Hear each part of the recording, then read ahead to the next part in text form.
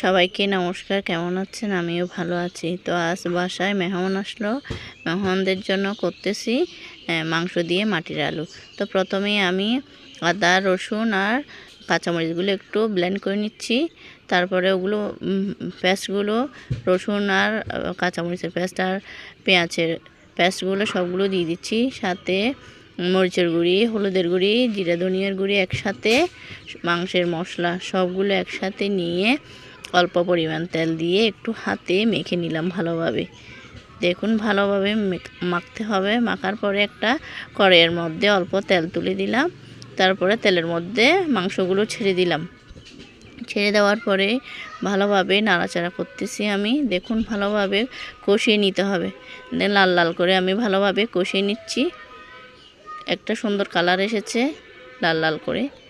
দেখুন এভাবে ভালোভাবে নাড়াচাড়া করতে হবে। তো আমি ফার্স্ট টাইম ট্রাই করতেছি এভাবে। সাথে মাটির আলুও দেব।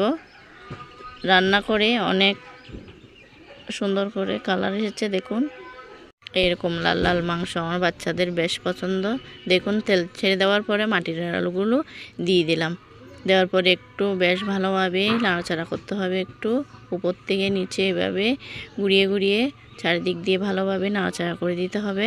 তারপর অল্প পরিমাণ আমি কষানোর পরে পানি দিলাম। পানির দেওয়ার পরে ভালোভাবে নাড়াচাড়া করতে হবে।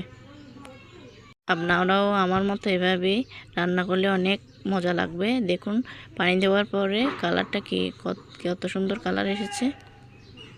এই দেখুন ফাইনাল লুক। কষা কষা কম ঝোলের মধ্যে আলু দিয়ে চিকেন রান্না করলাম। কত সুন্দর কালার এসেছে। খেতে অনেক স্বাদ হবে এইভাবে রান্না করলে।